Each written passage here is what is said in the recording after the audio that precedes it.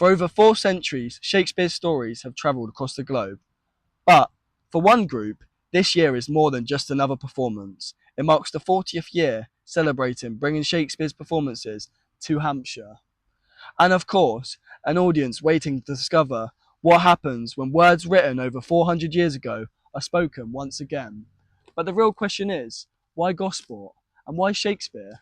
For most people, Shakespeare is associated with places like Stratford-upon-Avon or even the London Globe Theatre, not the southern town of Gosport, which is around 134 miles away from Stratford itself.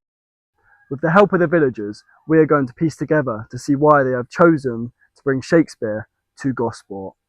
400 years after his death, there is still no direct historical link between William Shakespeare and the south of Hampshire. So why does this local theatre group continue to perform his plays here? To answer this question, it helps to hear from the people who have kept the tradition alive for 40 years.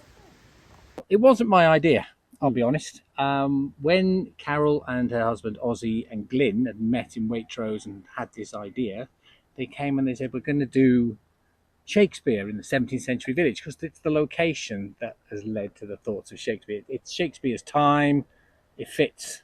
But I just said, I can't do Shakespeare. Hated it at school. Really? Yeah. And so I've then spent 40 years proving that I can't do Shakespeare. But I do love it. Seems like a lot of you hated Shakespeare and now you've grown to love it, really. Well, in the programme notes, it says that while it's okay to study and make some sort of amazing degree course or A-level course or out of Shakespeare, it's actually, Shakespeare wrote it so that people could watch it, enjoy it, laugh along with it, cry along with it. And actually, the more you get to know it, the more you realise what an amazing set of plays they are. Despite being written in a very different time, his stories continue to explore themes that remain familiar still to this day, such as love, conflict, and human relationships. While the language may feel historic, the emotions and experiences at the heart of his plays still connect with audiences. This is what keeps Shakespeare alive within the local community, bringing together performers and audiences to experience these stories. I think there's several reasons, I think. I think the scripts survived, which is something. Yeah. Scholars have kept it going. And I do think that, I don't know, because it's gone to the masses, but I think for many years, a couple of centuries probably, it was an elitist thing to do. It's like carrying on learning Latin, which is now a dead subject, but certain, you get what I mean? I get what you mean. Yeah. And I think a lot to do with Shakespeare is that, but it's old-fashioned phrases, but getting Shakespeare out to the populace and doing it in different ways, it's brilliant. Celebrate Shakespeare is an art form on its own. This year's performance of A Midsummer Night's Dream celebrates a significant milestone, but isn't simply just a performance. For 40 years, this company has travelled across Hampshire with one purpose: to make Shakespeare accessible. Before the first line is even spoken, each member of the audience arrives with different expectations. Some have grown to love Shakespeare, others are experiencing it for the first time. Yet, for the next 2 hours, they will all share the same story. For the villagers, tonight's show will be a special one, as this will be the last performance this year at Little Woodham's 17th century village, which I've learned is much more than just a venue. It's a place woven into the company's 40-year history. It's where it all began, and where they've returned for many years. Its authentic 17th century cottages and surroundings create a setting that feels remarkably close to the world Shakespeare wrote for, allowing the landscape itself to become part of the performance.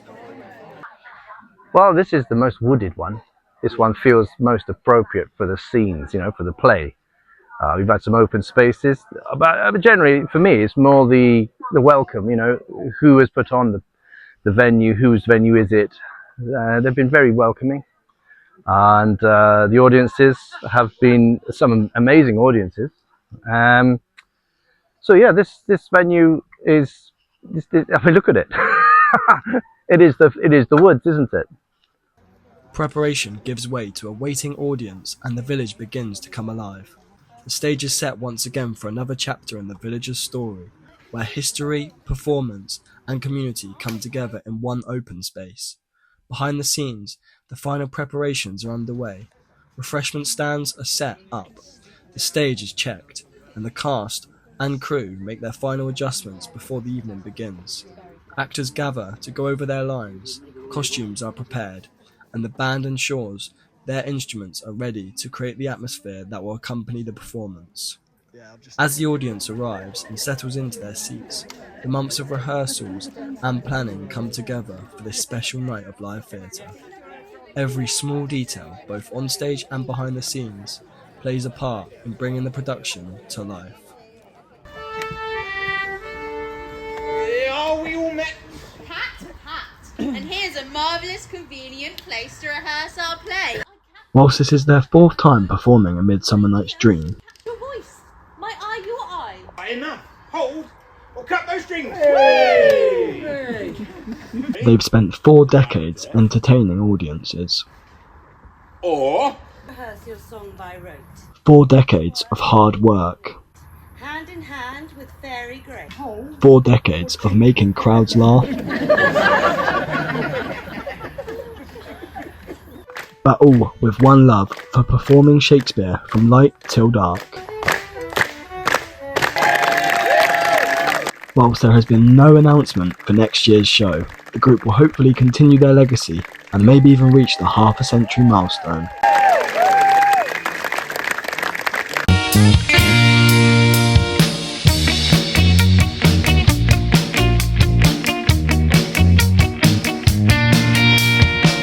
So rare you don't compare. Tell me, what does she see? Well, I see someone